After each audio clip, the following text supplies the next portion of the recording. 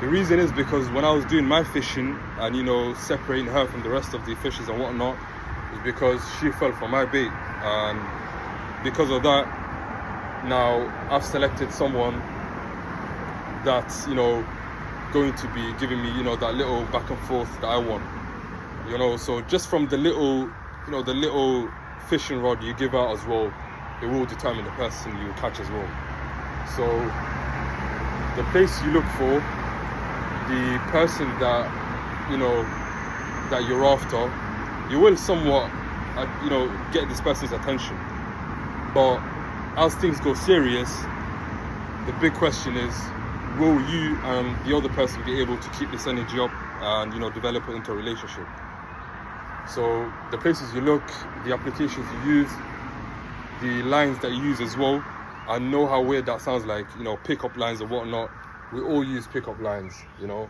We can be straight up front, like, we don't have to use pick-up lines, but, you know, just being straight up front, like, this is what I am like, you know, this is what I find interesting in you. I like to do this, that, of course.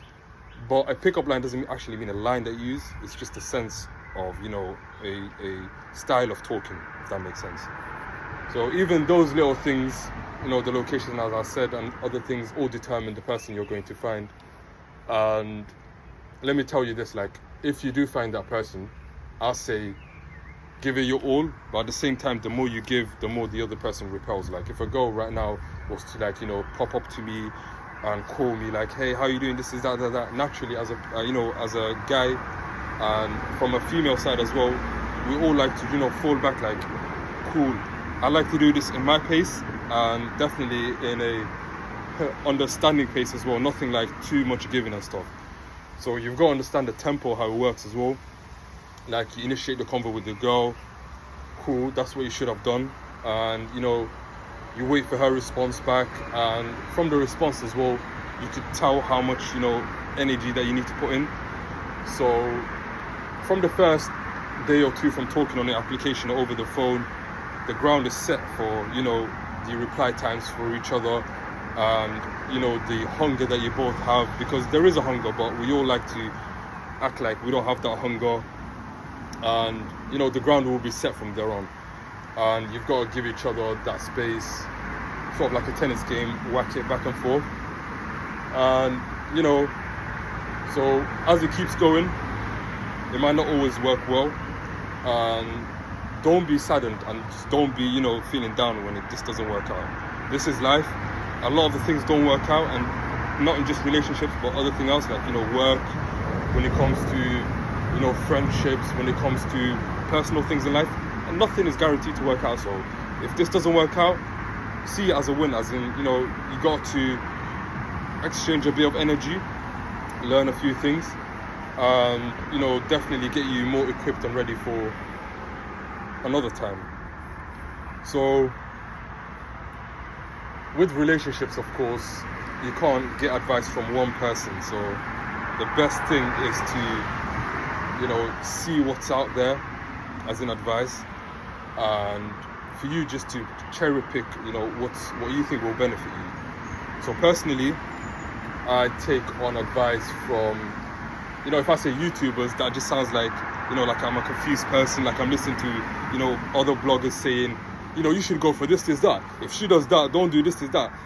Yeah, but there isn't no one credible when it comes to a relationship advice. First of all, understand that. So it's so subjective, and that's why it's more wise to take, you know, sort of a, you know, a few sort of information or, you know, guidance from one person, and put your sort of twist in it. You know, like, it is a unique thing. Each relationship is unique. Each advice is unique to each relationship. So just understand that as well. Like, that's how broad it is. So never push yourself too far. Never, you know, like, feel, you know, head steaming and everything. Like, what do I do? No one's helping me, this, that. Like, how do I become this guru in this sense? No. Take it slow, you know. You'll always get what's out there for you. And, you know, the more you keep learning, the more you fail, and that, cool. You know, a step closer to your, so what, you know, a dream relationship or whatnot. And that's not to say there's a dream relationship for each and one of us out there, you know. Of course, like, you know, I say breakups, divorces, this, that. These are things that are all destined. And all around the world, yeah, imagine everybody was in a loving relationship. Like, that just doesn't make sense, you know. That would just be a sweet world, a loving world, and that's unrealistic. So definitely divorces and these things will happen. We'll try to prevent it. But, you know, other things that are way out of our power, besides working hard for it, we just got to accept and learn from it and move on. And if that's our destiny, then, you know, we can't see it, but it's a weird way to say it, but, you know, we can't see it, but we've got to, you know, take whatever's on our plate, what we don't like, cherry pick, move, you know, take our time. But other than that, that's me again for the part 2 on the relationship vlog. And as I said, this is a very broad topic. I am trying my best to stay on topic, of course, when it comes to, you know, how you pursue our visions and whatnot. So without any further ado, I won't keep it any longer, but definitely I'd like to make a concluding third part in this.